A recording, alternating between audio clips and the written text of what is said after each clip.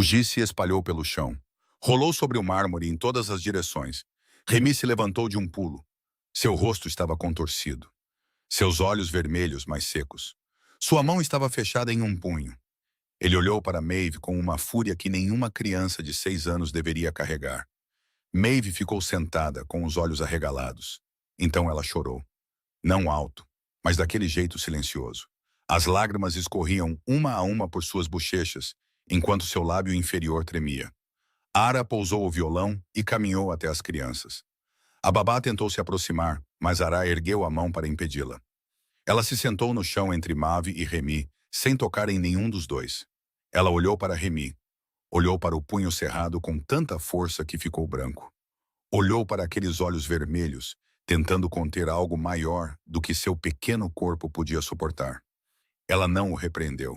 Ela não disse para ele pedir desculpas. Ela não disse que ele estava sendo mau. Ela falou suavemente com a mesma voz que usava quando cantava baixo e devagar. Você está com raiva porque tem medo de esquecer sua mãe, não é? Remy ficou imóvel. Seu punho se afrouxou. Seus olhos se ergueram para os de Ara. Foi a primeira vez que ele olhou diretamente nos olhos de um adulto desde que sua mãe morreu. E o que ela viu ali não foi raiva, foi medo. O medo terrível de uma criança de 6 anos. Ele sentia o rosto de sua mãe desaparecer um pouco mais de sua memória a cada dia. Ele a desenhava repetidamente para se agarrar a ela. No entanto, toda vez que terminava, ele ainda não tinha certeza se a tinha desenhado corretamente. Maeve tinha um pai sobre quem falar, mesmo que ele tivesse partido. Mas Remy estava perdendo sua mãe pela segunda vez. Lentamente, dentro de sua própria memória. Lágrimas escorreram pelas bochechas de Remy, silenciosas, sem palavras. Ele não sabia como nomear o que estava sentindo. Ara também não pediu que ele nomeasse. Ela abraçou Maeve, aconchegando-a a um lado. Depois, colocou a outra mão no chão perto de Remy, sem tocá-lo. A escolha era dele. Então ela cantou. Não era uma canção feliz, nem uma canção folclórica. Era uma canção triste. Uma canção sobre saudade, sobre alguém que partiu. Sobre noites passadas olhando para o céu, imaginando se essa pessoa também olhava de volta. Sua voz tremeu na primeira nota, depois se firmou. E então encheu a vasta sala de estar com a única coisa que dinheiro e brinquedos caros jamais poderiam comprar. Remy ficou ali ouvindo, com as lágrimas ainda caindo. Então ele se aproximou, devagar, um pequeno passo de cada vez. Depois, sentou-se ao lado dela e encostou a cabeça em seu ombro levemente, como se tivesse medo de que ela o afastasse.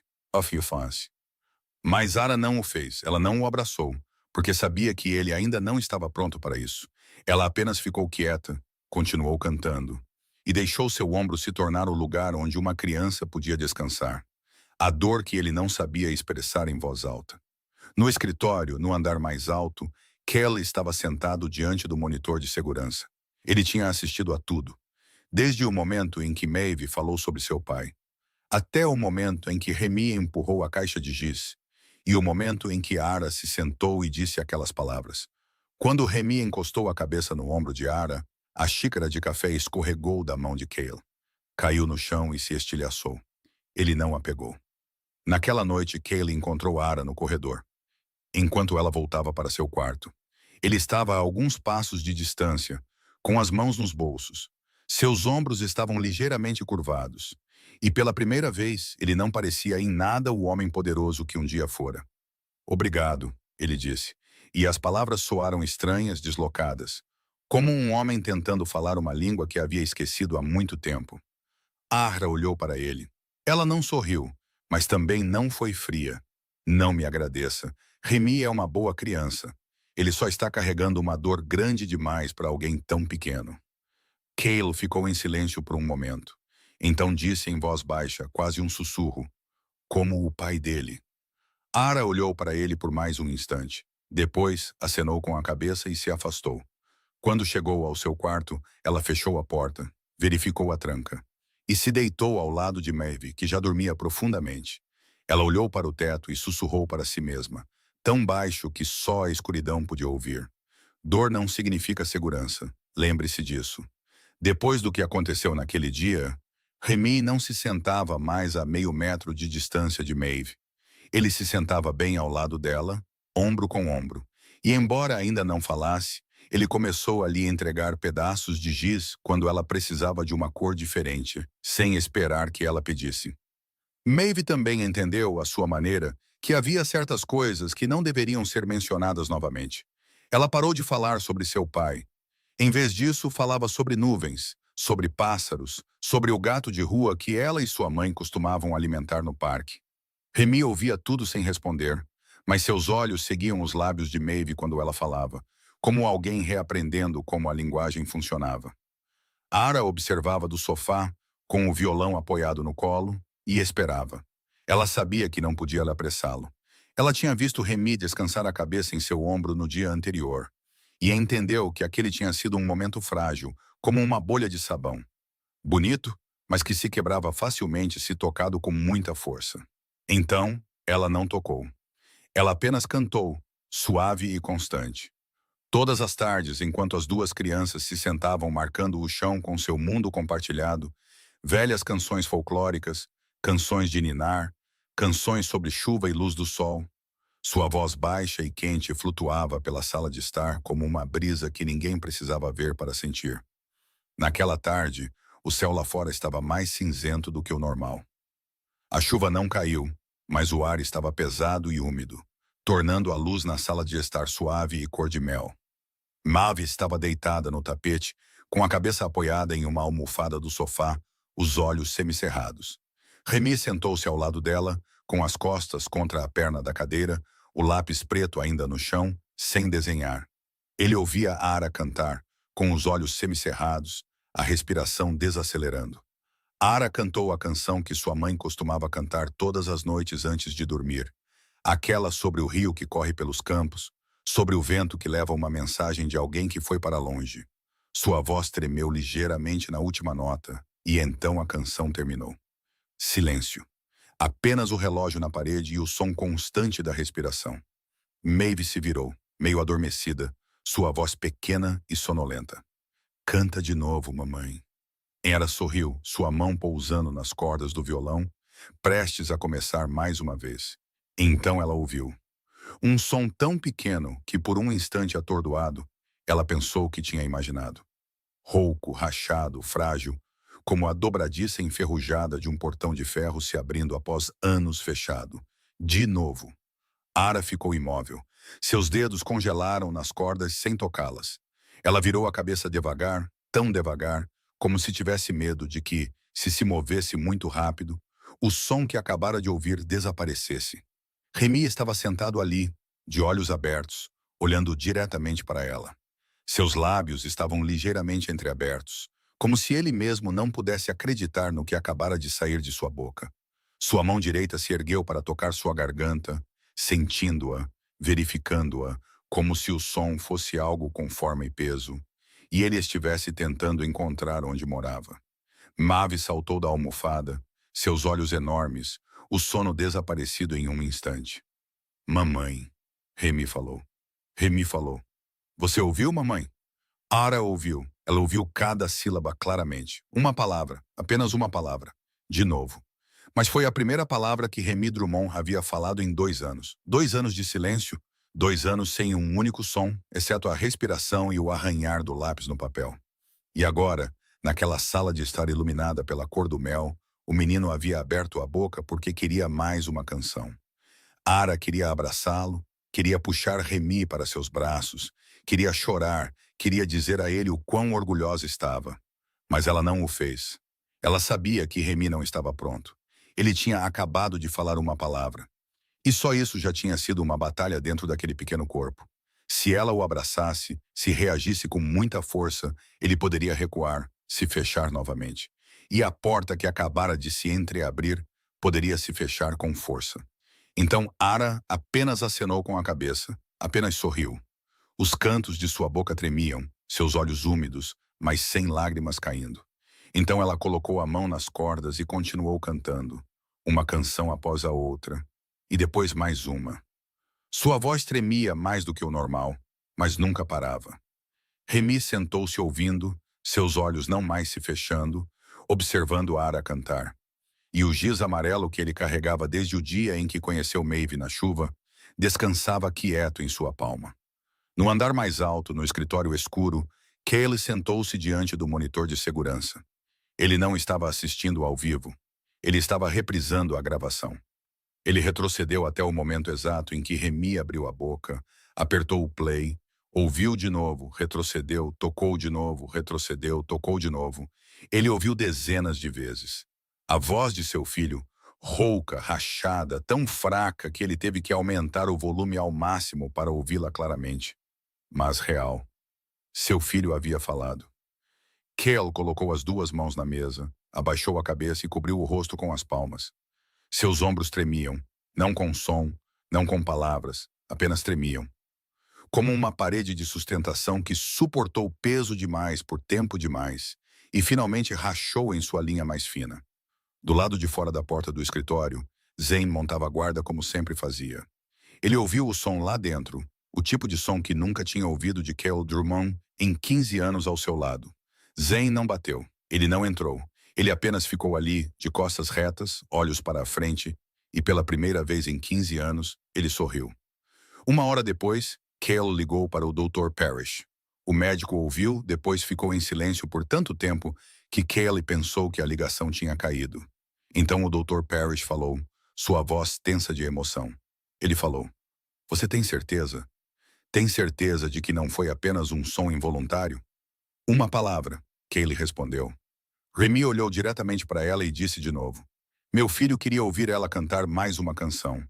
Silêncio. Então o Dr. Parrish soltou um longo suspiro. Sua voz instável. Senhor Drummond, uma palavra após 2 anos de silêncio completo. Isso não é progresso. Isso é um milagre. Eu o tratei por 2 anos e não consegui isso. Essa garota, seja quem for, tocou em algo que minha ciência não conseguiu alcançar. Não a perca. Você me ouve? Não a perca. Cale encerrou a chamada. Já era tarde e a mansão havia ficado em silêncio. Ele caminhou pelo corredor e parou do lado de fora da porta de Ara. A luz lá dentro estava apagada. Ela e Maeve certamente estavam dormindo. Cale ergueu a mão, seu punho pairando em frente à madeira da porta, com a intenção de bater. Ele queria dizer obrigado, mas já havia dito obrigado ontem no corredor. E aquilo soou tão estranho que ele não tinha certeza se deveria tentar uma segunda vez. Ele ficou ali por alguns segundos, a mão suspensa no ar, depois a abaixou, se virou e voltou para seu próprio quarto.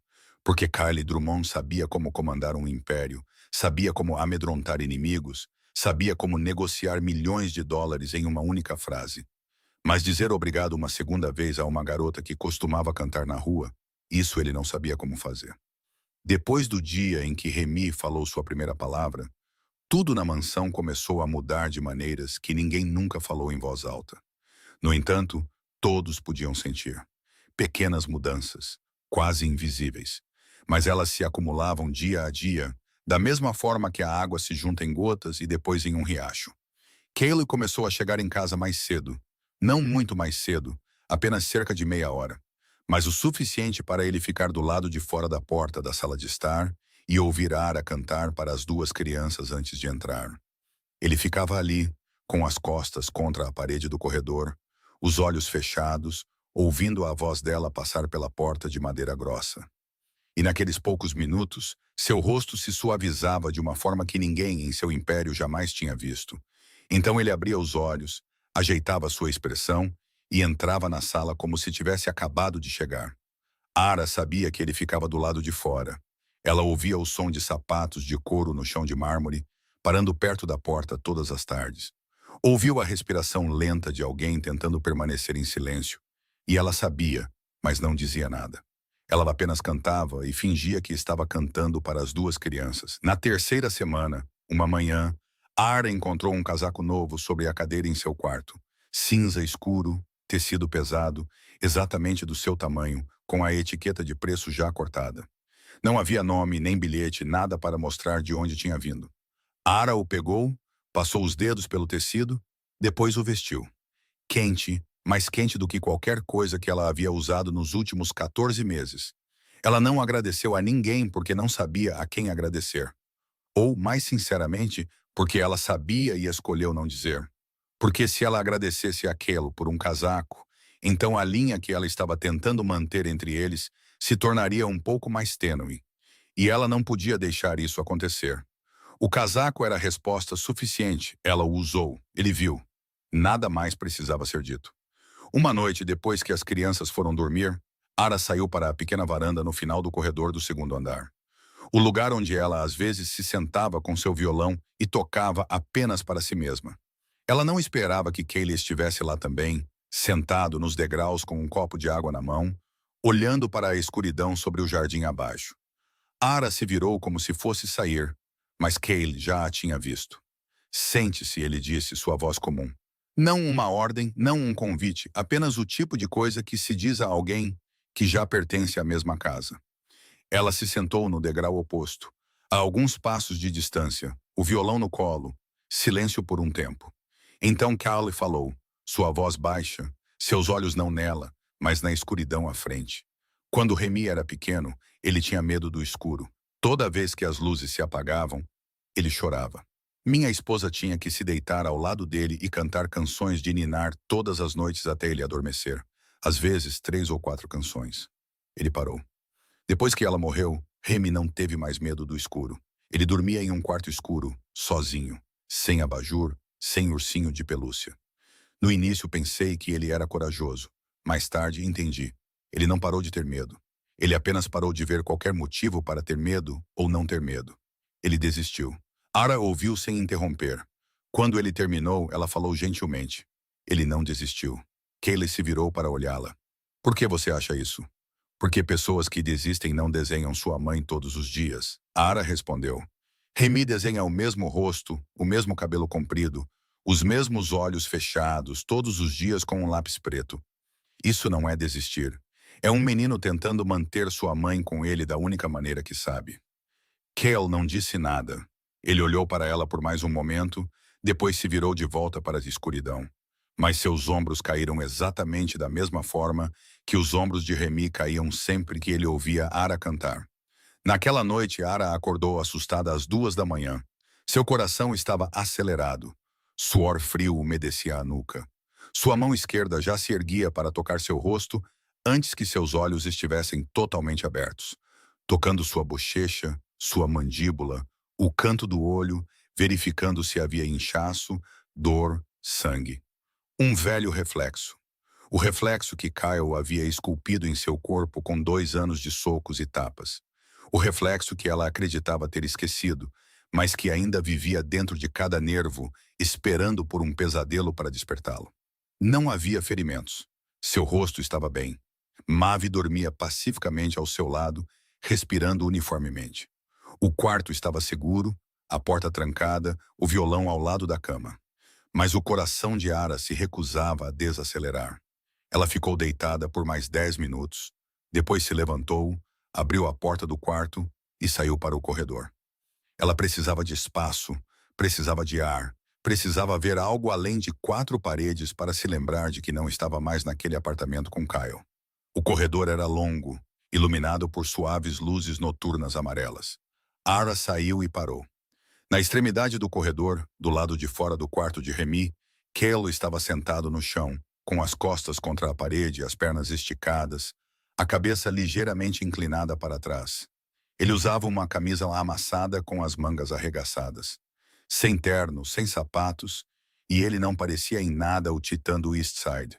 Apenas como um pai que não conseguia dormir. Cale viu Ara. Ara viu Cale. Nenhum deles falou. Nenhum perguntou. Por que você está acordado? Ou por que não está dormindo? Nenhum explicou, e nenhum precisava, porque ambos sabiam. Ele estava acordado porque seu filho estava deitado atrás daquela porta, e ele tinha medo de que, se afastasse, o menino perdesse mais alguém durante a noite. Mesmo sabendo que o medo não fazia sentido, ele ainda não conseguia controlá-lo. Ela estava acordada porque o homem que a havia deixado 2 anos antes ainda estava vivo em seus pesadelos. Ainda a espancava todas as noites em seu sono. Mesmo sabendo que ele não estava aqui, seu corpo se recusava a acreditar. Ara sentou-se em uma extremidade do corredor. Cale sentou-se na outra. Entre eles o longo corredor, a pálida luz amarela e o silêncio de 2 pessoas que se entendiam sem precisar perguntar. Eles ficaram assim até a primeira luz do amanhecer entrar pela janela no final do corredor. E nenhum deles disse uma única palavra a noite toda. Mas quando Ara finalmente se levantou e voltou para seu quarto, ela sabia que algo havia mudado. Não porque eles tinham conversado, mas porque não precisaram. Pela primeira vez em muito tempo, ela havia compartilhado uma noite sem dormir com alguém e não se sentira sozinha. Aconteceu na terceira tarde da terceira semana. Maeve estava tirando sua soneca. Remy estava em seu quarto desenhando e Ara estava sozinha na sala de estar, segurando seu violão e tocando suavemente. A televisão montada na parede ainda estava sintonizada no noticiário. O volume estava baixo e ela não prestou atenção até que um nome familiar chegou aos seus ouvidos. Ela olhou para cima. Na tela, o rosto de Keely Drummond preenchia metade do quadro enquanto ele saía de um tribunal federal. Guarda-costas o cercavam, flashes de câmeras explodiam por toda parte. A linha abaixo da imagem dizia: Keely Drummond, empresário ou chefão, nova testemunha em caso federal de lavagem de dinheiro. O repórter falou sobre o império imobiliário, sobre fundos de origem incerta, sobre rumores que o ligavam ao submundo do lado leste de Chicago. Ara pousou o violão, sua mão lentamente ficou fria. Ela olhou para o rosto de Kelly na tela, aquele rosto frio e duro se movendo através do círculo de guarda-costas, como um homem caminhando no centro de um exército. Aquele rosto não era nada parecido com o rosto sentado no final do corredor às 2 da manhã. Nada parecido com o rosto que havia dito como o pai dele, em um sussurro. Mas era o mesmo homem. Ela desligou a televisão, sentou-se ali sem se mover. Seu coração batia forte, não de medo, mas de raiva. Raiva de si mesma por não ter perguntado, por não ter descoberto, por ter deixado a si mesma e sua filha entrarem nesta casa sem saber de nada. Ela já havia vivido com um homem que guardava segredos. Ela sabia onde essa estrada terminava. Naquela noite, depois que as crianças dormiram, Ara esperou por Keely no corredor.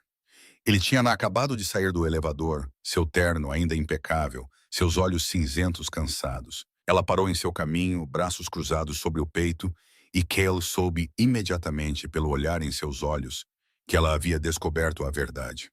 Você me deve honestidade, disse Ara, sua voz calma, mas tremendo no final. Eu trouxe minha filha para esta casa. Eu tenho o direito de saber. Kelly ficou parado. Meu mundo não tem nada a ver com você, ele disse na voz que usava em salas de reunião, a voz que encerrava qualquer discussão. Mas Ara não era alguém sentado em uma sala de reunião. Ela era uma mulher que já tinha ouvido essas palavras antes, de outro homem, em outro do apartamento. E ela sabia exatamente aonde elas levavam. Meu ex-marido também disse isso, ela disse. E sua voz não estava mais calma, mas tremendo agora. Tremendo como uma pessoa treme quando está tentando se manter inteira e não consegue. Ele disse, meus negócios não te dizem respeito. Então estranhos começaram a bater na porta às 3 da manhã exigindo dinheiro. Então as janelas foram quebradas. Então minha filha tinha 2 anos e gritava por causa do som de vidro quebrando no meio da noite. Então ele me bateu porque eu fazia muitas perguntas. Então ele desapareceu e minha filha e eu acabamos na calçada. Ela parou, respirando com dificuldade, seus olhos vermelhos mais secos. Eu já vivi o não te diz respeito, Sr. Drummond. E jurei a mim mesma que nunca mais viveria isso. Kelly ficou ali, recebendo cada frase como um homem recebe balas. Não porque ela era barulhenta, não porque ela era cruel, mas porque ela o estava comparando ao tipo de homem que ele mais desprezava no mundo. O tipo que bate na esposa. O tipo que abandona o filho. O tipo que deixa as pessoas que ama na calçada. Ele queria dizer que era diferente, que nunca havia levantado a de mão para uma mulher. Que havia matado homens, sim, mas nunca havia espancado a pessoa que amava. Mas ele não disse porque sabia que ela estava certa. Não certa sobre a violência, mas certa sobre o perigo. Ela e Maeve estavam dentro de sua casa, e seu mundo tinha inimigos. E inimigos não se importavam com quem era família e quem não era. Lena havia morrido por causa disso. Ara se virou e caminhou rapidamente de volta para seu quarto. Cale ouviu a porta do armário se abrir, ouviu o zíper de uma bolsa, ouviu o violão bater contra a estrutura da cama. Ela estava fazendo as malas. 5 minutos depois, Ara voltou ao corredor. Maeve sonolenta em seus braços, uma pequena bolsa no ombro, o violão amarrado nas costas. Ela caminhou em direção às escadas sem olhar para trás. Obrigada pelo último mês, ela disse com uma voz neutra, a voz de alguém que já havia tomado sua decisão. Maeve acordou, com os olhos turvos, olhou ao redor e entendeu que algo estava errado. Mamãe, para onde estamos indo? Onde está o Remy? Eu não me despedi do Remy. Então veio do topo da escada. Pequeno, trêmulo, quebrado, mas claro o suficiente para que todo o corredor ouvisse. Maeve. Ara parou, se virou. Remy estava no topo da escada do segundo andar, vestindo pijama azul, descalço no chão de pedra fria. Uma mão agarrando o corrimão, seus olhos vermelhos. Ele olhou para baixo da escada, olhou para Maeve nos braços de Ara, e sua boca se moveu, cada palavra saindo com dificuldade, como se cada sílaba fosse uma pedra, que ele tinha que levantar com as próprias mãos. Não vá, Remy com medo. Sozinho. 4 palavras, a frase mais longa que Remy havia falado em 2 anos. Maeve se soltou dos braços da mãe, subiu vários degraus e estendeu a mão para Remy. Remy, estou bem aqui. Não vou a lugar nenhum. Ara ficou no meio da escada. Maeve acima dela, alcançando Remy. A porta abaixo dela, levando para a rua, levando de volta para o banco, para o boné de lã virado, para o tilintar de moedas caindo dentro. Lágrimas escorriam por seu rosto. Não porque ela estava triste, não porque estava com medo, mas porque não sabia o que fazer quando se está entre o instinto de se proteger e o próprio coração. Atrás dela, Kaylee falou. Sua voz não era mais fria, nem autoritária, nem certa. Ela quebrou, a voz de um homem parado na beira de algo que ele não podia mais controlar. Fique. Não por mim. Eu sei que não mereci sua confiança. Mas Remy acabou de falar 4 palavras seguidas, e ele as disse por causa da sua filha. Eu protegerei todos vocês. Essa é a única coisa que sei fazer direito. Ara não se virou para olhá-lo. Ela olhou para Maeve segurando a mão de Remy pelo espaço no corrimão. As 2 crianças se agarrando uma à outra no meio da escadaria de uma casa que não pertencia a ela. Então ela se sentou, bem ali, no meio dos degraus, a bolsa ainda no ombro, o violão ainda amarrado nas costas. Ela não disse que ficaria. Ela não disse que iria embora. Ela apenas se sentou ali porque, às vezes, a coisa mais corajosa que uma pessoa pode fazer é admitir que não sabe o que fazer. Ara ficou, mas construiu uma parede invisível entre ela e Cale. Ela ainda cantava para as 2 crianças todas as tardes, ainda se sentava no sofá com o violão nos braços, enquanto Maeve e Remy desenhavam no chão. Mas sempre que Cale chegava em casa, ela se levantava e saía da sala. Sem discussão, sem raiva. Ela simplesmente saía. Ela jantava em seu quarto com Maeve em vez de na mesa principal. Ela não ia mais para a varanda à noite. Ela não se permitia estar em nenhum lugar onde pudesse encontrá-lo sozinha. Cale percebeu. Ele não insistiu. Ele sabia que ela estava certa em ser cautelosa e ele não tinha o direito de pedir que ela confiasse nele simplesmente porque ele queria ser confiável.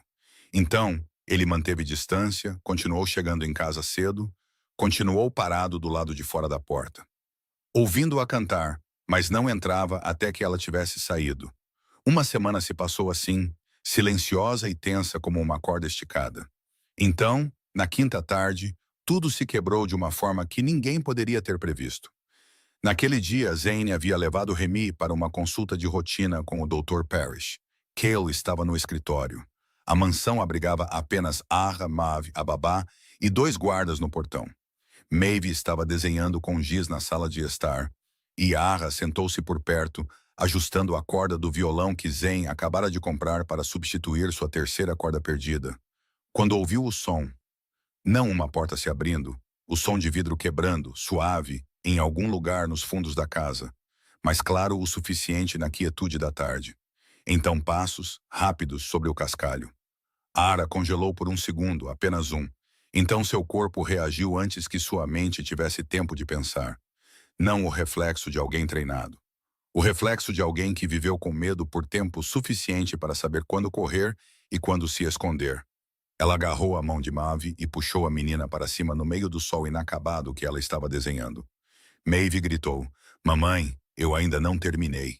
Quieta, disse Ara, sua voz baixa e afiada.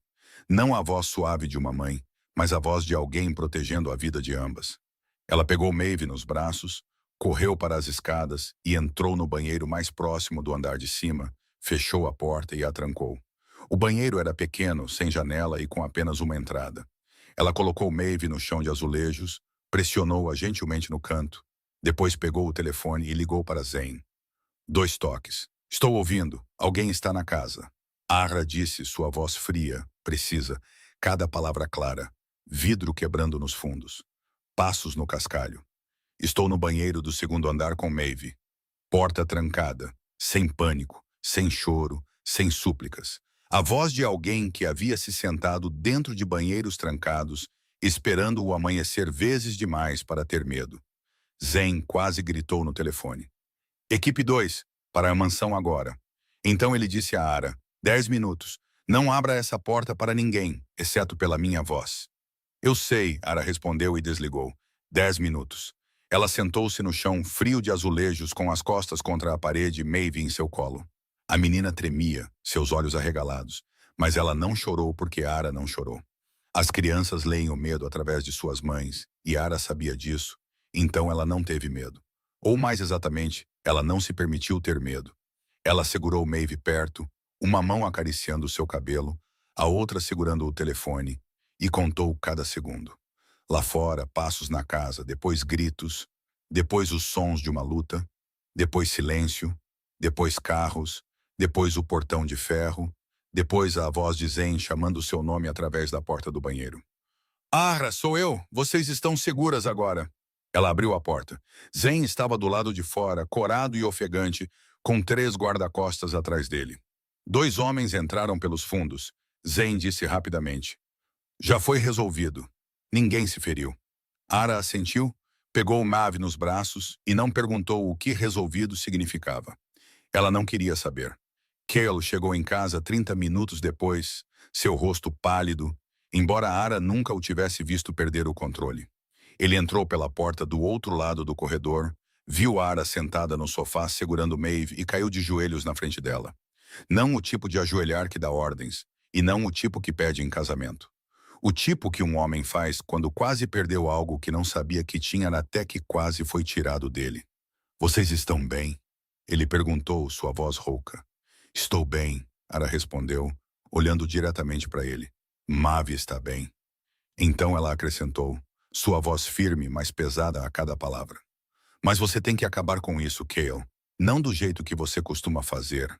Do jeito que faz com que ninguém nunca mais queira chegar perto desta família. Legalmente, permanentemente. Cale olhou para ela. Ela o havia chamado pelo nome, não pelo frio e formal Sr. Drummond. Cale. E ela tinha acabado de dizer a esta família, sem nem perceber que havia usado essas palavras. Ele assentiu, lenta e pesadamente. Eu vou. Naquela noite, ninguém conseguiu dormir. Remy voltou do consultório médico e ouviu Maeve recontar a história com uma voz muito mais animada do que assustada, porque uma criança de 5 anos podia transformar qualquer coisa em uma aventura. Remy, mamãe e eu nos escondemos no banheiro. Foi como em um filme. Remy não pareceu divertido. Ele segurou a mão de Maeve com mais força do que o normal, e quando chegou a hora de dormir, ele se recusou a voltar para seu próprio quarto. Ele arrastou seu travesseiro para o quarto de Maeve, deitou-se ao lado dela na cama grande e, antes de fechar os olhos, disse com uma voz pequena, mas clara. Remy, fica daqui. Não tenha medo. Maeve sorriu e deu um tapinha em seu ombro. Não estou com medo. Eu tenho a mamãe.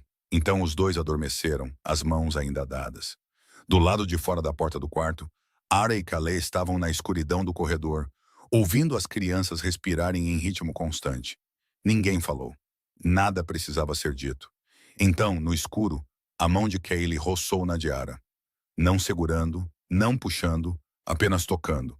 As pontas de seus dedos tocaram as costas da mão dela tão levemente que quase não era real. Ara sentiu. Ela não afastou a mão. 2 semanas após a invasão, a segurança ao redor da mansão foi dobrada. Mas dentro daquelas 4 paredes, a vida lentamente voltou ao seu antigo ritmo. Maeve e Remy desenhavam todos os dias. Ara cantava todas as tardes. Cale chegava em casa cedo todas as noites. Ara não saía mais da sala quando Cale entrava. Ela ainda mantinha distância, mas essa distância havia se tornado menor do que antes. perto o suficiente para eles se sentarem à mesma mesa de jantar, sem que ninguém precisasse explicar o porquê. Remy progredia em pequenos pedaços. Dia a dia, ele conseguia dizer algumas palavras soltas agora. Água quando estava com sede, Maeve quando procurava sua amiga, desenhar quando queria giz. Cada palavra ainda saía com esforço, ainda rouca e breve, mas elas estavam lá, reais. E o Dr. Parrish ligava toda semana, parecendo mais animado do que na semana anterior. Então aquele dia chegou. Ara não sabia, mas Zen sabia, a babá sabia, e toda a casa sabia sem que ninguém dissesse em voz alta. O aniversário de morte de Lena, 2 anos antes.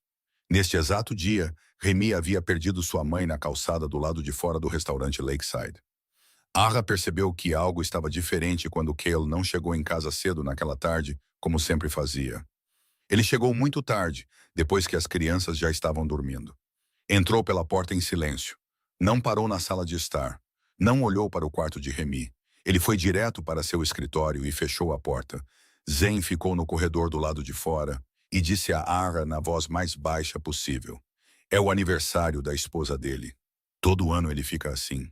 Ninguém consegue alcançá-lo. Ara assentiu. Ela entendeu.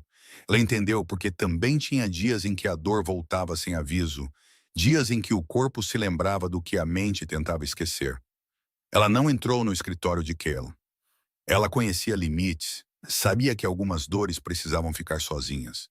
Mas ela também sabia que estar sozinho e ser solitário eram duas coisas diferentes. E às vezes a linha entre elas era apenas uma porta fechada. Então, ela fez a única coisa que sabia fazer. Ela levou seu violão para o corredor, sentou-se no chão com as costas contra a parede oposta ao escritório de Cale e cantou. Não alto, apenas o suficiente para o som passar pela fresta sob a porta, entrar na sala e tocar o homem sentado lá dentro. Uma canção sobre perda, não uma canção feliz, não uma canção de ninar. Uma canção sobre alguém que se foi, sobre o espaço vazio que deixam para trás, sobre como uma cadeira vazia na mesa de jantar pode pesar mais do que qualquer pedra. A voz de Ara era baixa e lenta, cada nota carregando o peso de alguém que entendia o que significava perder.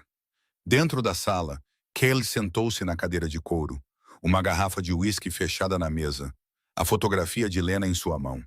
Ele ouviu a canção flutuando pela porta e não sabia por quê. Mas a voz da garota que uma vez cantou na rua, sentada do lado de fora de seu escritório em seu corredor, tornou a dor em seu peito mais fácil de respirar, mesmo que só um pouco. Ela não desapareceu, não ficou mais leve, apenas se tornou mais fácil respirar, como se alguém tivesse aberto uma janela em um quarto sufocante.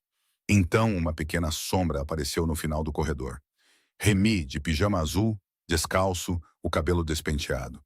Ele havia acordado com o som do canto, saído do quarto onde Maeve ainda dormia profundamente e caminhado pelo corredor em direção a Ara. Ele não disse nada. Ele apenas se sentou ao lado dela, perto o suficiente para que seus ombros se tocassem, e ouviu. Ara olhou para ele e não parou de cantar. Apenas suavizou a voz como se agora estivesse cantando apenas para Remy. A canção terminou. Silêncio, o relógio na parede marcando o tempo. Então Remy abriu a boca, mas não falou. Ele cantou. Pequeno, quebrado, hesitante, uma melodia que Ara nunca tinha ouvido antes. Completamente diferente de qualquer canção que ela já havia cantado naquela casa. Sua voz era rouca, fora de ritmo, perdendo as palavras no meio e depois encontrando-as novamente, tremendo nas notas altas e afundando nas baixas. Mas aquela melodia era uma canção de ninar, a que Lena costumava cantar para Remy todas as noites, quando ele tinha medo do escuro. A canção sobre a qual Cale havia falado naquela noite na varanda. A canção que Remy pensava ter esquecido. Pensava que havia afundado na escuridão com sua mãe 2 anos antes. Mas ainda estava lá dentro dele. Mais profundo que a dor, mais profundo que o silêncio. A canção de ninar de sua mãe estava enrolada, esperando o dia em que se ergueria novamente. E esta noite, sentado no chão do corredor ao lado da garota com o violão, ela encontrou seu caminho para fora. Ara cobriu a boca com as costas da mão. As lágrimas escorreram por entre seus dedos, desceram pelo queixo e caíram no braço do violão. Ela não ousava respirar muito forte, com medo de interromper a voz de Remy, com medo de que ele parasse. Dentro da sala, Cale ouviu. Não a voz de Ara, uma diferente, menor, mais familiar. A voz que ele não ouvia há 2 anos. A voz que ele pensava ter desaparecido para sempre com sua esposa. Seu filho estava cantando a canção de sua mãe.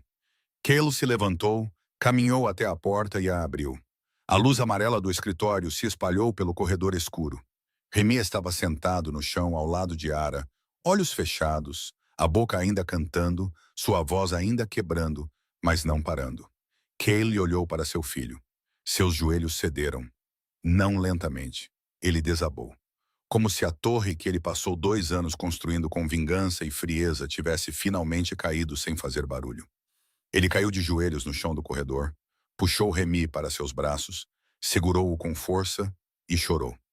Não o tipo de choro que ele tentava esconder em seu escritório. Choro de verdade. O som arrancado de seu peito. Sufocado, quebrado, feio. O choro de um homem que segurou suas lágrimas por tanto tempo que, uma vez que vieram, nada poderia detê-las. Remy não teve medo. Ele envolveu os braços no pescoço do pai, enterrou o rosto em seu ombro e disse mais claramente do que nunca: Papai, sinto falta da mamãe, mas não quero mais ficar triste. Cale o segurou com mais força e não conseguiu falar, apenas assentiu, seus ombros ainda tremendo. Ara se levantou silenciosamente com a intenção de se afastar e dar ao pai e ao filho seu momento privado. Mas Remy ergueu a mão e segurou seu pulso gentilmente, mas não soltou.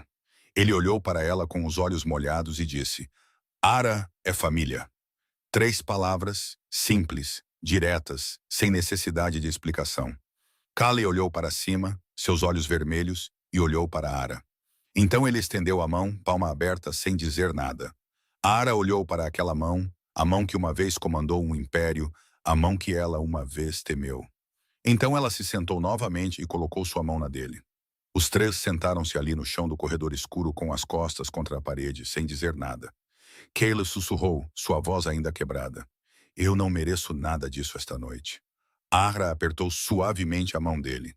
Ninguém merece ou não merece, Cale. A gente só continua tentando. E esta noite, você tentou o suficiente. Na manhã seguinte, ninguém mencionou a noite anterior. Ninguém falou sobre a canção no chão do corredor, sobre as lágrimas, sobre as 3 pessoas sentadas com as costas contra a parede no escuro. Cale desceu para a cozinha às 6, como de costume, seu terno perfeitamente passado, seus olhos cinzentos compostos como se tivesse dormido 8 horas completas sem interrupção. Ele bebeu seu café, de pé, acenou para Ara quando ela trouxe Maeve para o café da manhã, depois saiu para o carro. Ele não parou. Ele não disse mais nada. Ara fez o mesmo. Ela preparou o café da manhã para Maeve. Cortou o pão em formato de estrelas porque a menina gostava assim. Depois sentou-se com o violão nos braços e tocou suavemente enquanto Maeve corria para encontrar Remy. Ela não mencionou a noite anterior porque não sabia como mencioná-la. Ela havia se sentado no chão, no escuro, segurando a mão de Cale Drummond. E esta manhã ela estava fazendo café na cozinha dele como se aquilo nunca tivesse acontecido. Mas tudo havia mudado. Mudado de uma forma suave, não forçada, como alguém abrindo uma janela e o ar na sala mudando sem que ninguém precisasse apontar. Maeve correu para o quarto de Remy e chamou da porta. Remy, venha desenhar. Hoje vamos desenhar peixes. Remy sentou-se em seu canto de sempre, um lápis preto e uma folha de papel branco à sua frente. Mas esta manhã ele não começou a desenhar imediatamente. Ele ficou olhando para a página em branco por um longo tempo, o lápis preto parado em sua mão. Então ele o pousou. Ele pegou a caixa de giz de Maeve e tirou o pedaço amarelo, o pedaço azul, o pedaço vermelho, o pedaço rosa. Então ele começou a desenhar, não no chão, no papel. Mas não era o desenho familiar. Não havia mulher de cabelo comprido parada na chuva. Sem olhos fechados, sem lápis preto. Remy desenhou 4 pessoas em pé, uma ao lado da outra, na grama verde. Uma era alta, com cabelo preto espetado. Uma era mais baixa, com cabelo castanho, segurando algo que parecia um violão. 2 crianças pequenas estavam entre eles, de mãos dadas. Acima dos 4, havia um grande sol amarelo redondo, com um rosto sorridente, exatamente como o sol que Maeve havia desenhado naquele primeiro dia na calçada molhada sob o viaduto. Maeve olhou para o desenho, a boca se abrindo. Remy, quem é este? É o Sr. Cale? É a mamãe? Sou eu. Remy não respondeu, mas deu um pequeno aceno, depois pegou o giz amarelo e coloriu o sol mais brilhante. A Ara estava passando pelo quarto quando viu o desenho e teve que parar na porta porque sua respiração falhou ao ver a cena. Este foi o primeiro desenho em 2 anos que Remy não havia feito de sua mãe. Não porque ele a havia esquecido, mas porque ele havia encontrado outra coisa para desenhar além da memória. Ela não disse nada. Ela apenas ficou ali por alguns segundos, depois continuou, deixando as duas crianças dentro de seu mundo de giz e cor. Naquela tarde, Remy colocou o desenho na mesa da sala de estar, exatamente onde Kaylee sempre colocava sua pasta e papéis quando chegava em casa. Quando Cale entrou, seus olhos foram direto para a folha de papel. 4 pessoas, um sol amarelo, giz colorido em vez de lápis preto.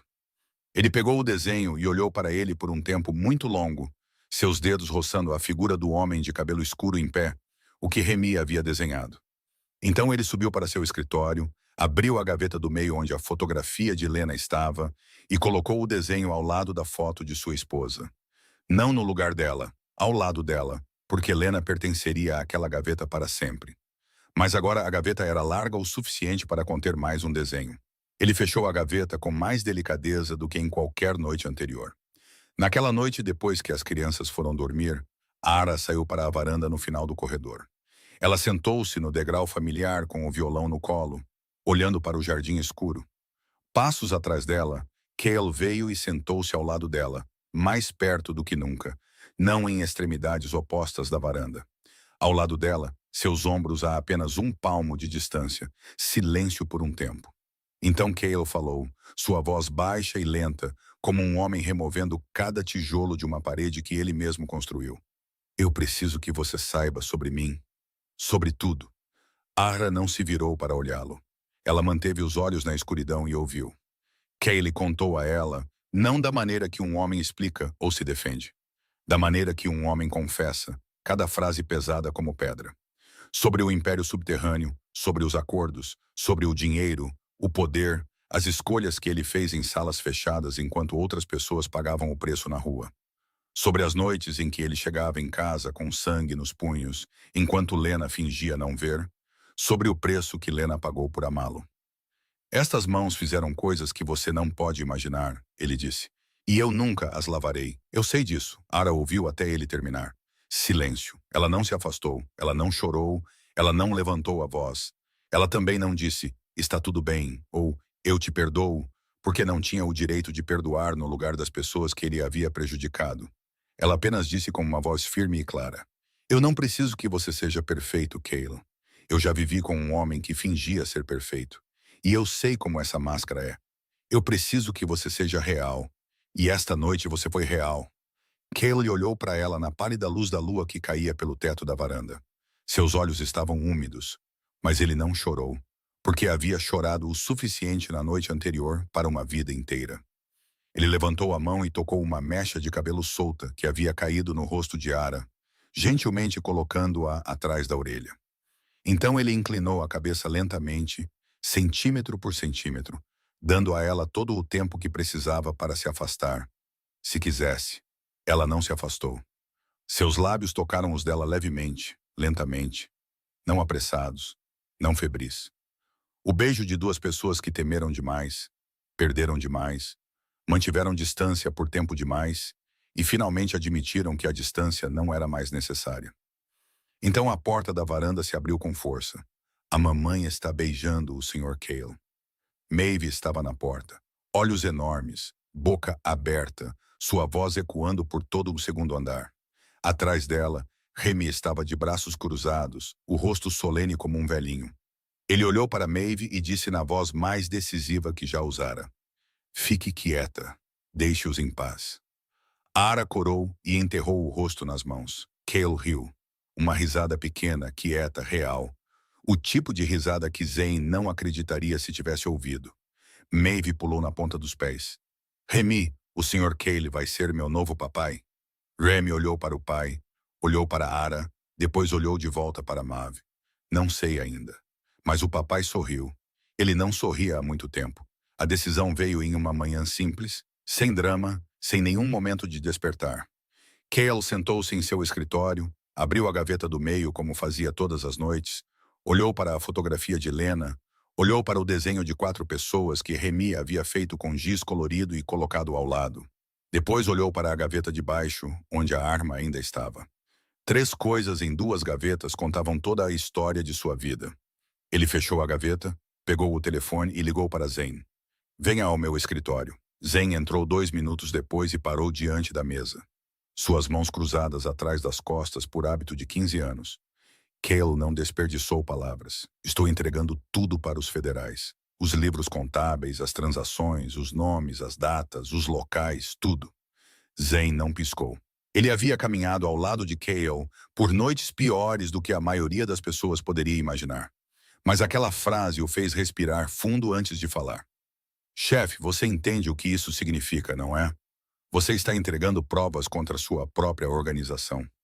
Tudo o que você construiu nos últimos 10 anos vai desmoronar. O dinheiro, o poder, as conexões, tudo. Você vai perder tudo.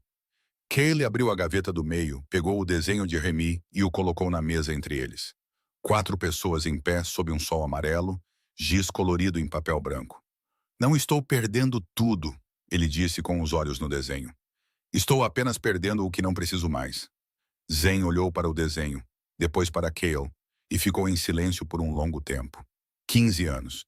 15 anos seguindo este homem através de sangue, lama, dinheiro e poder, nunca perguntando por quê, nunca precisando de um motivo.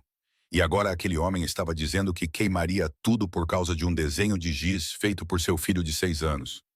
Zen assentiu, lento e pesado. Então eu vou com você, como sempre. Cale olhou para ele e não disse obrigado, porque entre os dois essa frase não existia, mas ele acenou de volta, e isso foi o suficiente, sinceramente. Nas semanas que se seguiram, Cale se reuniu com promotores federais, entregou documentos, assinou papéis. Cada assinatura era um cordão cortado, uma ponte queimada, uma porta fechada para sempre. O império que ele construiu das cinzas após a morte de Lena. O império que ele acreditava ser uma arma de vingança, quando na verdade só se tornou uma prisão maior, lentamente desmoronou no papel antes de desmoronar na vida real. Ele não contou os detalhes a Ara e ela não perguntou. Ela apenas notou que Cale chegava em casa mais exausto. Seus ombros mais pesados, mas seus olhos mais leves, como um homem depondo um fardo que carregou por 10 anos.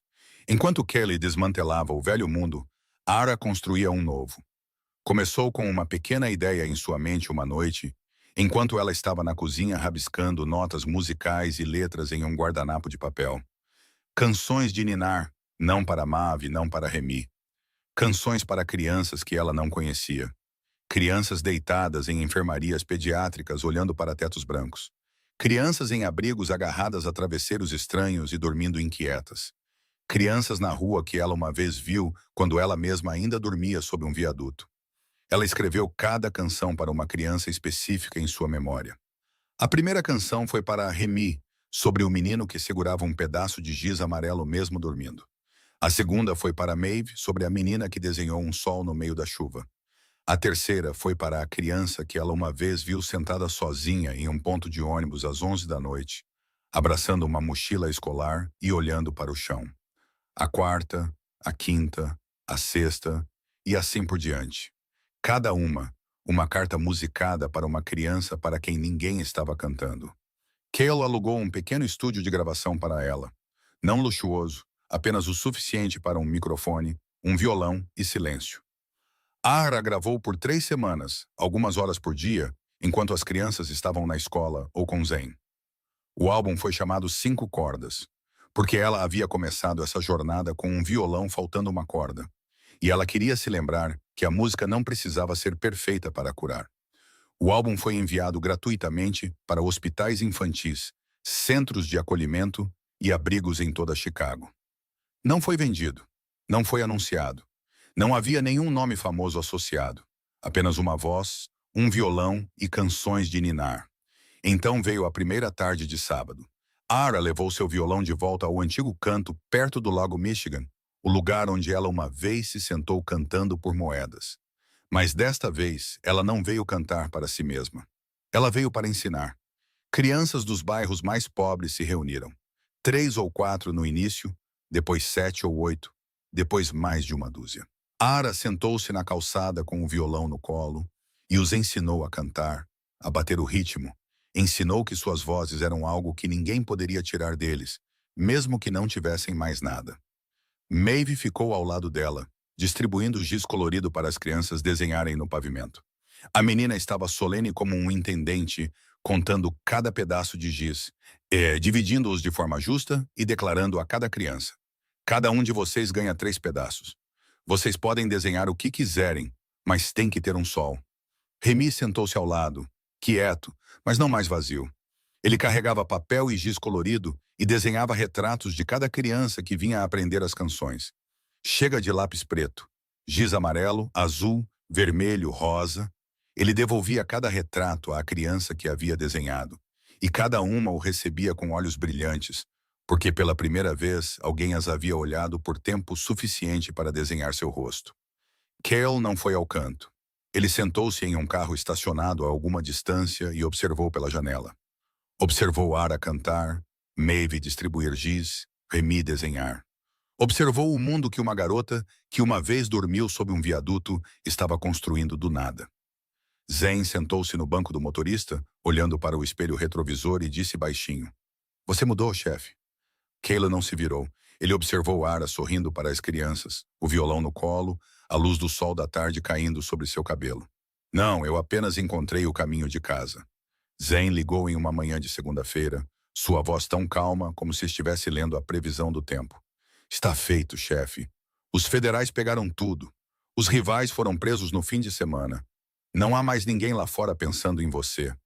Kelly encerrou a chamada e sentou-se imóvel na beira da cama por um longo tempo.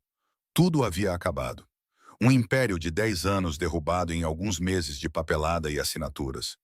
Suas contas bancárias encolheram como roupas depois de água quente. A maioria de seus ativos congelados ou apreendidos. Mas a mansão ainda era sua, porque havia sido legalmente titulada muito antes de Kayla entrar no submundo. E o dinheiro que restou era suficiente para uma vida confortável, sem precisar de mais nada por muitos anos. Suficiente, mas não excesso. Pela primeira vez em sua vida, Kelly Drummond tinha o suficiente sem ter mais do que o suficiente. E ele percebeu que se sentia melhor do que esperava. A primeira mudança que todos notaram foi a ausência. Não mais guarda-costas nos portões. Não mais homens de preto seguindo sempre que alguém saía de casa. Não mais câmeras de segurança vigiando cada canto de cada cômodo o tempo todo. Zen ficou, mas não como guarda-costas. Ele ficou porque esta era a única família que ele tinha. E Kelly nunca lhe disse para ir embora. No primeiro café da manhã, sem a babá, Kelly estava na cozinha às 6h30, descalço e de camiseta, tentando fritar ovos. Ele havia construído um império subterrâneo. Ele havia negociado com os homens mais perigosos de Chicago. Ele havia tomado decisões que valiam milhões de dólares em questão de segundos, mas não sabia como fritar um ovo sem queimá-lo. O cheiro de manteiga queimada se espalhou pela cozinha. Maeve desceu correndo, cheirou o ar e franziu o nariz. O Sr. Kelly cozinha como a mamãe costumava cozinhar. Ara entrou atrás dela e ergueu uma sobrancelha. Como o quê? Maeve sorriu largamente. Não é gostoso, mas é quentinho. Kelly olhou para o prato de ovos queimados. O Sr. olhou para Maeve e riu. Risada matinal em uma cozinha sem ninguém gravando, sem ninguém precisar saber. Ara pegou a frigideira da mão dele e o empurrou gentilmente para o lado. Deixa comigo. Ele se encostou no balcão com os braços cruzados e a observou fritar uma nova leva de ovos e percebeu que esta era a coisa mais banal que ele já havia testemunhado em sua vida. Remy desceu por último, vestindo seu uniforme escolar. Era seu primeiro dia de aula. O Dr. Parrish o havia julgado estável o suficiente para começar, mas estável o suficiente no papel. E parado no portão da escola eram duas coisas muito diferentes. Remy parou na porta com uma mochila nova nos ombros, a mão agarrando a alça até os nós dos dedos ficarem brancos, os olhos fixos no chão. Ele conseguia falar mais agora do que antes. Frases curtas, palavras quebradas, o suficiente para uma conversa básica. Mas entrar em uma sala de aula cheia de crianças desconhecidas, sentar-se no meio de risadas e vozes das quais ele esteve separado por 2 anos, era outra coisa.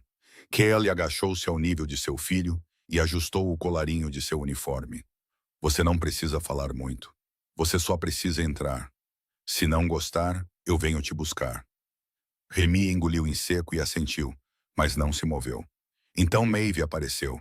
Mochila rosa nos ombros, sapatos amarrados pelos buracos errados, cachos castanhos armados porque ninguém os havia escovado ainda. Ela pegou a mão de Remy com a mesma naturalidade como se fosse a sua própria. Eu vou com você. Se alguém zombar do Remy, a Maeve vai gritar com eles. Remy olhou para Maeve, olhou para a pequena mão segurando a sua e caminhou em direção à porta. Cale ficou atrás deles, observando as duas crianças descerem os degraus da frente de mãos dadas, as mochilas balançando nas costas. Ele queria correr atrás deles. Queria manter Remy ali. Queria envolver seu filho novamente na camada de proteção que construiu ao redor dele por 2 anos. Mas ele não o fez, porque proteger uma criança e aprisionar uma criança são duas coisas diferentes. E ele demorou muito para entender isso. Ara ficou ao lado dele, a mão repousando levemente em suas costas. Ele vai ficar bem. Eu sei, disse Cale, embora sua voz não soasse muito certa. Não, você não sabe, disse Ara com um sorriso suave. Mas tudo bem, não precisamos saber tudo com antecedência. Naquela tarde, Ara levou seu violão para o parque perto do Lago Michigan. Não o antigo canto da rua onde ela uma vez cantou por moedas, mas a ampla faixa de grama à beira do lago, onde a luz do sol tardia derramava ouro sobre a água. Ela sentou-se na grama, tocou seu violão e cantou suavemente, sem o boné de lã virado na frente dela. Sem moedas, sem cantar por dinheiro ou sobrevivência. Ela cantou porque gostava de cantar. Pela primeira vez em tanto tempo que nem conseguia se lembrar. Ela cantou apenas porque queria. Cale sentou-se ao lado dela na grama com as pernas esticadas, os olhos no lago. Sem carro preto, sem guarda-costas, sem terno. Uma camiseta, jeans e tênis que Maeve havia declarado que o faziam parecer uma pessoa normal agora. Ele sentou-se e a ouviu cantar sem ter que se esconder atrás de uma porta ou através de uma câmera, sem ter que ficar longe e observar através do vidro escuro de um carro. Apenas sentou-se ali na grama ao lado dela, em plena luz do dia, e ouviu. Ordinário. A única coisa que nenhuma das 4 pessoas naquela casa jamais teve de verdade. Cale nunca viveu uma vida de paz simples, porque passou da pobreza ao poder sem nenhum passo intermediário. Ara nunca conheceu a normalidade verdadeira, porque passou de sonhos a abusos e a calçada sem nunca ter a chance de parar em algum lugar. Remy nunca experimentou a paz cotidiana, porque perdeu a mãe aos 4 anos e a avós logo depois. Maeve nunca viveu uma vida comum, porque nasceu já dormindo em um banco. Mas hoje os 4 tiveram ovos queimados no café da manhã, um portão de escola, um pedaço de grama à beira do lago, música de violão e risadas. A normalidade era um privilégio, e eles a estavam tendo pela primeira vez.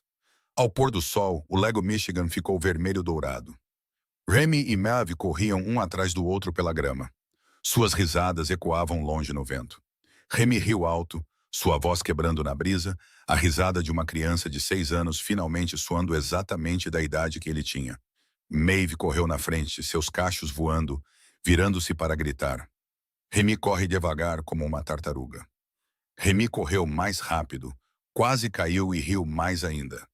Cale sentou-se na grama observando as 2 crianças, depois se virou para olhar para Ara.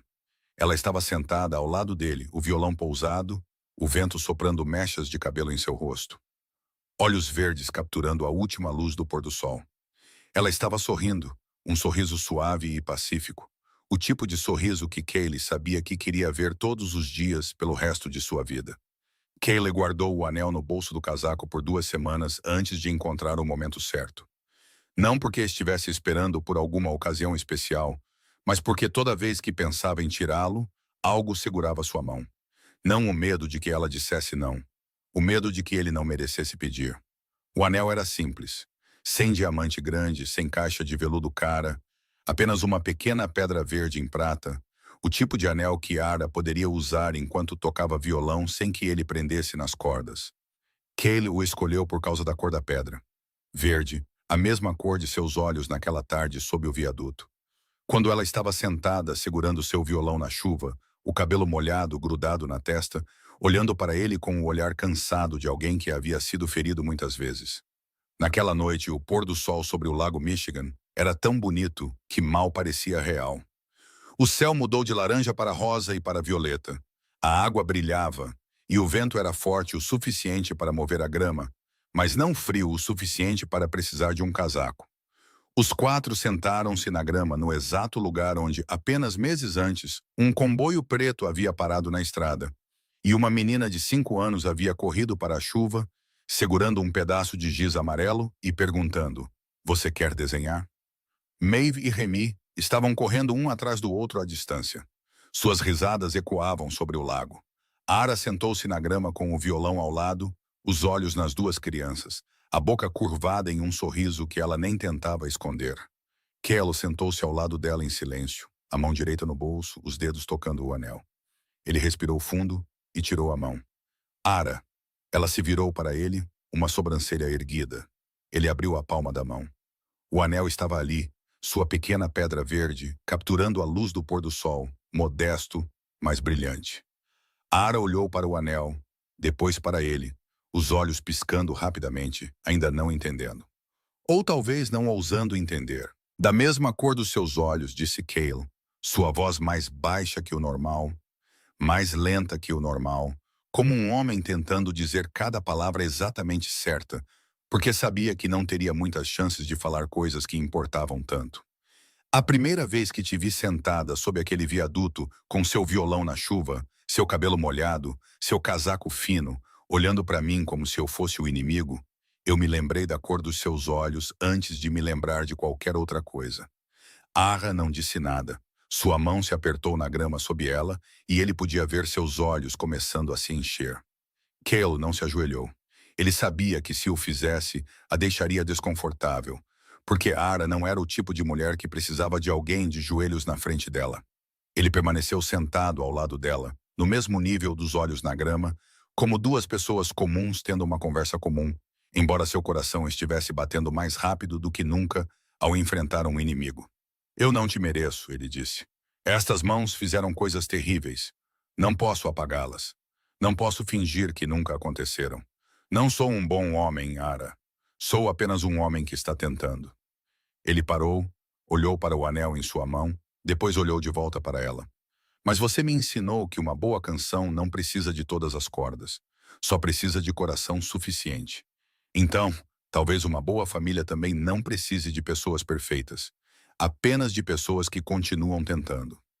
Ara abriu a boca, mas antes que pudesse falar, o som de pés correndo pela grama veio voando em direção a eles. Maeve se apressou, seus olhos se arregalando ao ver o anel, depois para Cale, depois para Ara.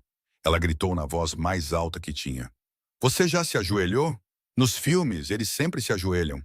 Cale olhou para ela, o canto da boca se contraindo. Eu não me ajoelhei. Fiquei sentado. Maeve franziu o nariz. Então como a mamãe sabe que você está pedindo em casamento?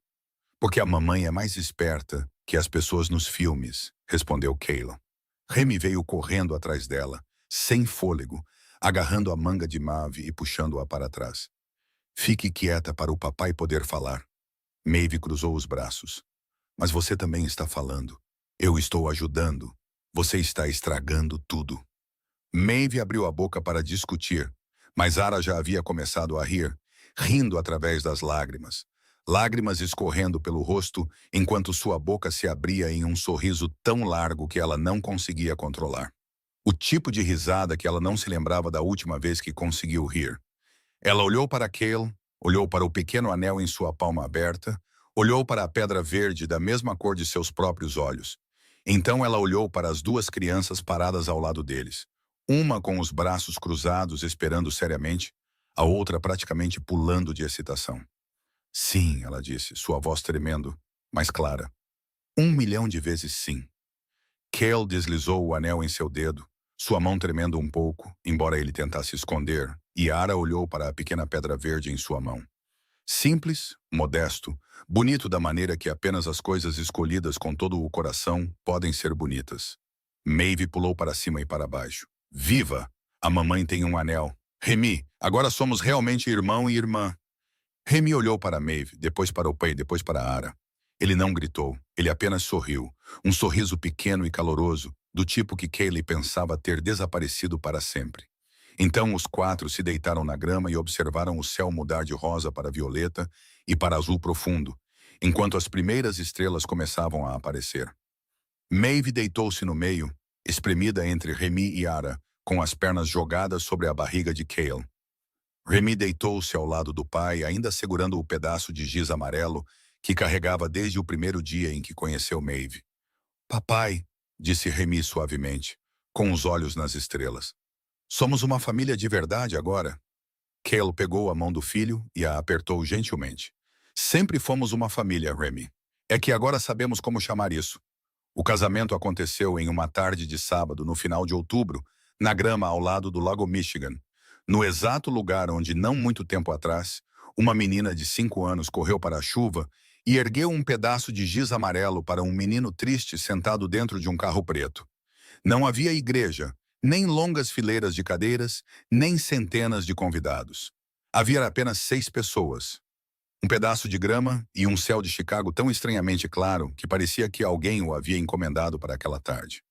Ara estava no início do corredor estreito que Zen havia cortado na grama ao amanhecer, segurando um violão em vez de um buquê, porque ela disse que não sabia como segurar flores. Mas ela sabia como segurar um violão. Ela usava um vestido branco simples, do tipo que ela e Maeve haviam escolhido em um brechó perto de casa, porque Ara se recusou a deixar Cale comprar um vestido caro, dizendo: as pessoas se casam por amor, não por tecido. Em seu pulso estava a pulseira que Maeve havia trançado com fita de embrulho de presente, torcida em pequenos nós. E se alguém olhasse de perto, poderia ver que a criança havia tentado escrever a palavra para sempre com a fita, mas só havia chegado até a letra F antes que tudo se emaranhasse. Então Maeve anunciou que F significava família, e Ara disse que era a pulseira mais bonita que ela já havia usado. Maeve e Remy entraram juntos, vindos da beira do lago. Maeve usava um vestido rosa e carregava um buquê de flores silvestres que ela mesma havia colhido pelo caminho, metade murchas e metade frescas.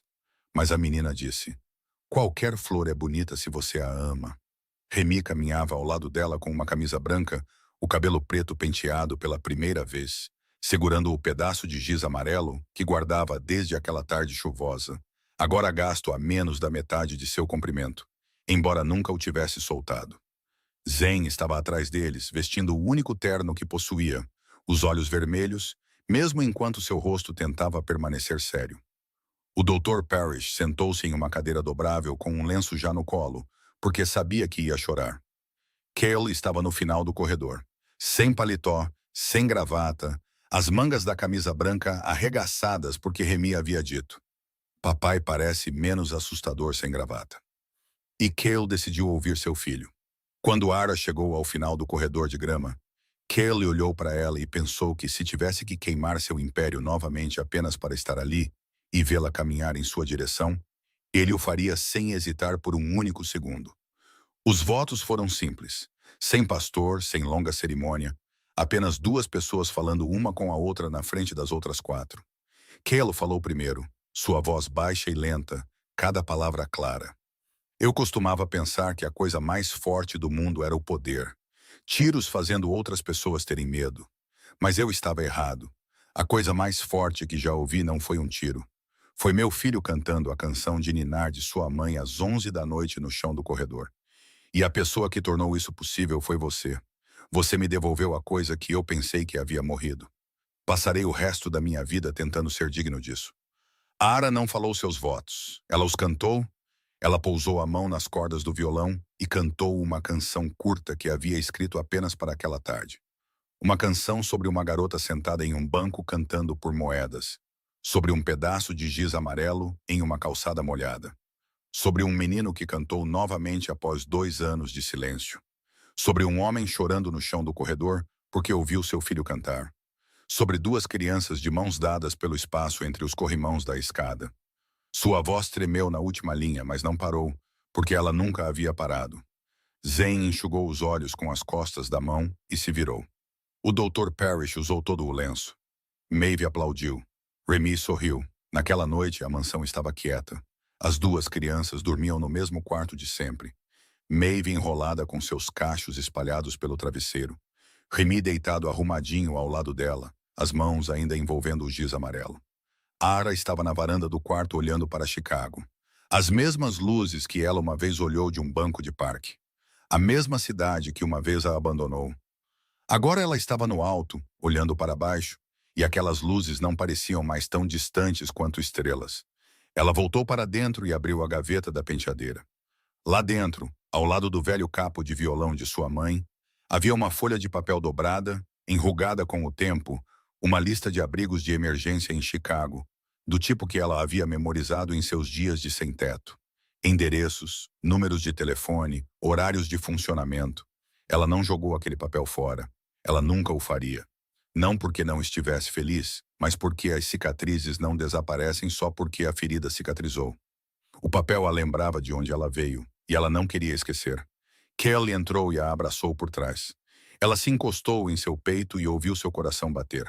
Em seu escritório, a gaveta do meio agora continha 3 coisas. Lena sorrindo em sua fotografia, Sandy Yetani, o céu.